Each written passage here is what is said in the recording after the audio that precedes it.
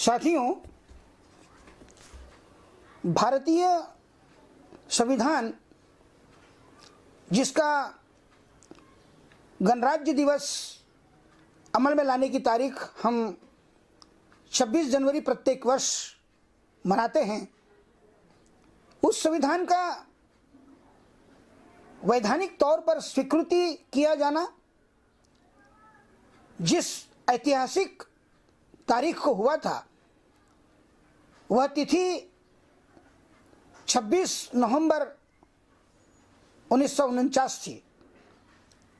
आज उस ऐतिहासिक घटना को 70 वर्ष पूरे हो रहे हैं, जिसे संविधान दिवस के रूप में आज सारा भारतवर्ष और भारतीय नागरिक अपनी अपनी तर्ज पर मना रहे हैं। मैं सर्वप्रथम गणतंत्र दिवस के उपलक्ष्य में देश के तमाम नागरिकों को हार्दिक बधाइयाँ देता हूँ और कांशीराम जी टीवी को इस बात के लिए धन्यवाद देता हूँ कि संविधान को लेकर मेरी इन चंद बातों को देश के और विश्व के नागरिकों तक पहुँचाने के लिए उन्होंने यह मेरा साक्षात आपके सामने प्रस्तुत करने का प्रयास किया है। पुनश्च मैं देश के सभी नागरिकों को और कांशीराम जी टीवी को अपना धन्यवाद इस बात के लिए अता करता हूं।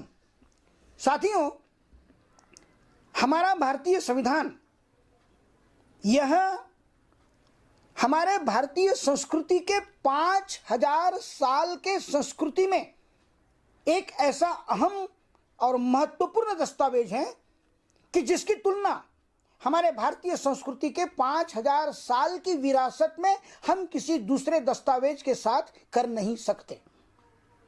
इतनी महत्वपूर्ण उपादेयता है और इसलिए भारतीय संविधान की सराहना, उसकी चिंतना आज भारत के साथ पूरे विश्व के बुद्धिजीवी लोग कर रहे हैं। यह उसकी एक अनूठी मिसाल है। ये इसलिए कि आज भारत 130 करोड़ की आबादी का विश्व का सबसे बड़ा गणराज्य है। चाइना के बाद आबादी के मामले में हम तो बड़ी एक आबादी हैं, लेकिन चाइना के तुलना में एक हमारी विशेषता अलग है कि गणराज्य के रूप में हम विश्व का सबसे बड़ा मुल्क है आज।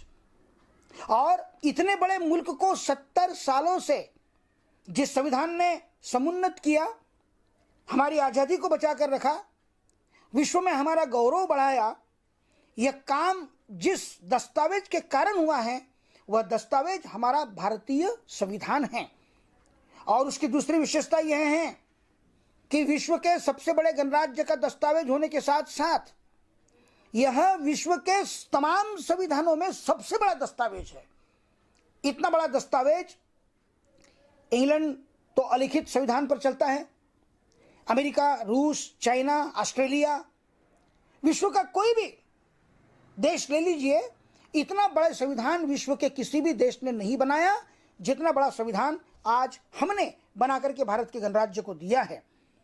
और ये उसकी महानता होने के कारण भारतीय गणराज्य के लिए भारतीय संविधान एक ऐसी अमूल्य देन है जो भारत के गणतंत्र के साथ साथ मानवतावाद के लिए पूरे विश्व की आज एक धरोहर बना हुआ है।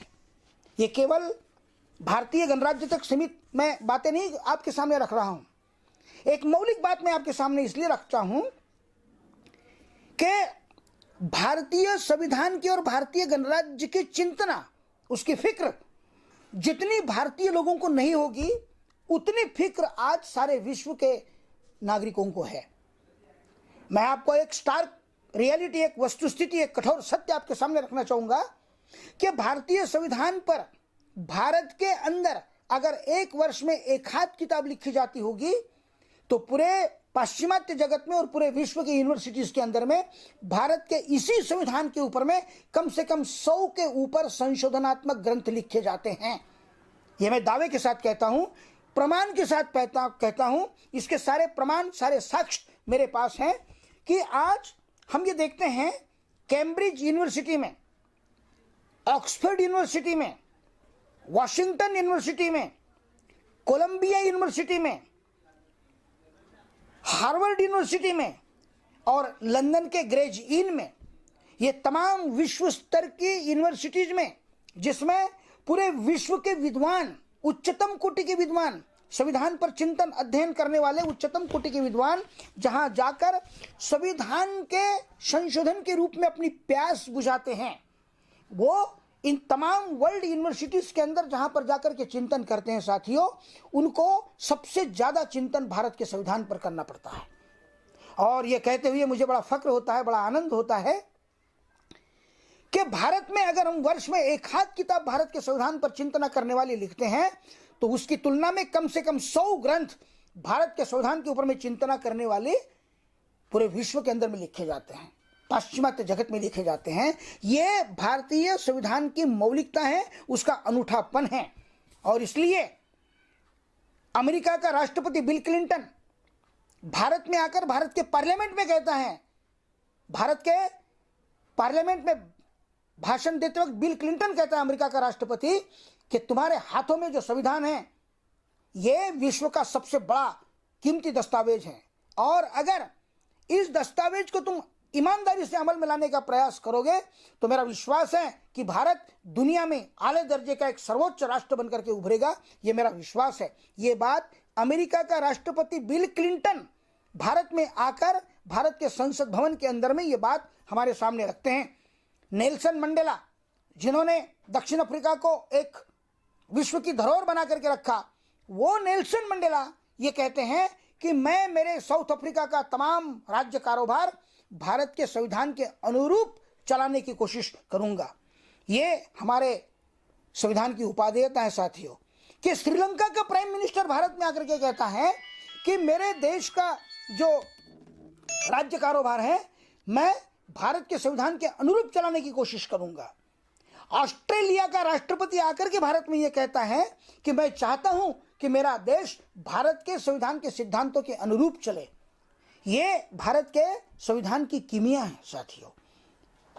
और हम देखते हैं कि हमारे भारत के सन्निकट जो राष्ट्र हैं, जिनके पास अपना कोई मुकम्मल संविधान नहीं है, उनको हर 5 साल के अंदर, हर 2 साल के अंदर, 6-6 महीने के अंदर संवैधानिक संकटों से गुजरना पड़ता है।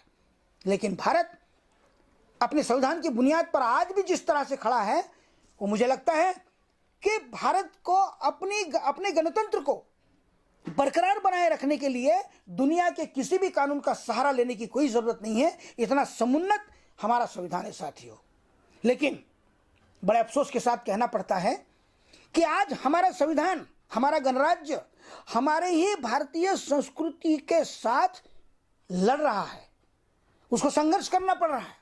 और इसकी वजह है हमारी परंपराएं, हमारे धर्म ग्रंथ, हमारी मान्यताएं, हमारी समाज रचना, हमारी मानसिकता जो परंपरा से ग्रस्त हैं।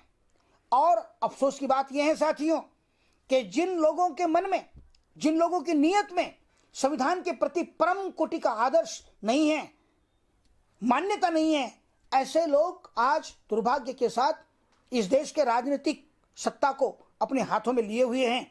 और इसलिए मैं समझता हूं कि हमारे संविधान के सामने, हमारे मुल्क के अंदर में ही, हमारे गणराज्य के अंदर में ही एक सबसे बड़ा वैचारिक संकट, एक वैचारिक चैलेंज पैदा हुआ है साथियों। क्योंकि ये प्रयास इसके पहले से भी चल रहे थे, कोई नई बात नहीं है। 1992 में बाबरी मस्जिद गिराई गई, वह भारत के संविधान के ऊपर में सबसे बड़ा पहला हमला था। ये बात भारत का इतिहास कभी भूल नहीं सकेगा। उसके बाद 1997 में भारत के संविधान का रिव्यू करने के लिए जो समिति बिठा ली गई थी, जिसके ऊपर करोड़ रुपया बर्बाद किया गया था, और फिर खोदा पहाड़ निकला चूहा, कुछ भी नहीं निकला उसमें से, वो भी प्रयास किया गया कि भारत के संविधान को मटिया मेट कर दे, मिटा दे और कोई पर्यायी संविधान खड़ा कर दे। वो प्रयास भी असफल हुआ। उसके बाद उस मतावलंबी लोगों ने, उस धर्मांध लोगों ने भारत के संविधान को बदलने की चेष्टा उसके बाद में रोक दी। लेकिन उनके मन के अंदर में जो बात है वो आज भी बरकरार है। मैं उनको ये कहना चाहता हूं, भारत के नागरिकों को कहना चाहता हूं, संविधान के साथ खिलवाड़ करने वालों को कहना चाहता हूं कि अगर भारत के संविधान को नष्ट कर दिया गया तो याद रखिए कि इतने बड़े मुकम्मल दस्तावेज का हमारे पूरे 5000 साल की संस्कृति के अंदर में कोई दूसरा पर्याय नहीं है हमारे पास। इसलिए मेरा ये चैलेंज है और ये अनुनय है, ये मेरी विनंती है भारत के नागरिकों के साथ, जिम्मेदार बुद्धिजीवी लोगों के साथ, देश के राजनीतिज्ञों के साथ, कि अगर भारत का संविधान नष्ट हो गया तो सारे पृथ्वी पर से भारतीय गणराज्य भी नष्ट हो जाएगा। इतना बड़ा खतरा हमारे सामने है और उस खतरे से, उस संकट से उबरने की इतनी बड़ी ताकत भी हमारे पास है। हमें चुनाव करना है कि क्या हम खतरों को चुनना पसंद करेंगे या खतरों से उबारने वाला जो हमारा संविधान है उसको चुनना पसंद करेंगे। हमें दो बातों के बीच में चुनाव करना है आज साथियों। संविधान को नष्ट करने वाली शक्तियों को चुनेंगे हम या संविधान को बचाने वाली शक्तियों को चुनेंगे। इसी पर भारत का आने वाले समय का भाग्य निर्णायक होगा। यह अंतिम बात मैं भारत के लोगों से कहना चाहता हूं और यह कहना चाहता हूं मैं भारत के प्रामाणिक बुद्धिजीवियों के साथ। विश्व के प्रामाणिक बुद्धिजीवी तो भारत के संविधान को बचाने की कोशिश कर रहे हैं। मैं भारत के बुद्धिजीवियों के साथ कहता हूं कि तुम कितनी प्रामाणिकता के साथ, आप कितने प्रामाणिकता के साथ भारत के संविधान को मुकम्मल बनाने के लिए सामने आएंगे, उसी पर हमारे देश का भवितव्य अवलंबित होगा। अन्यथा कोई दूसरा और विकल्प, कोई दूसरा चारा हमारे सामने नहीं है। मेरी इन बातों को बड़े प्रेम और शांति से आप लोगों ने सुना। आप विचार करें, माने मेरी बातों को जरूरी नहीं, आपने बड़े प्रेम और शांति से सुना। पुनश्च आपका मैं धन्यवाद करता हूं। आपका इस 70वें संविधान दिवस के उपलक्ष्य में आपका हार्दिक अभिनंदन करता हूं और कांशीराम जी टीवी को भी मैं अपना धन्यवाद करता हूं कि आपने मेरी बात को सारी जनता के साथ सन्मुख रखने का प्रयास किया। धन्यवाद।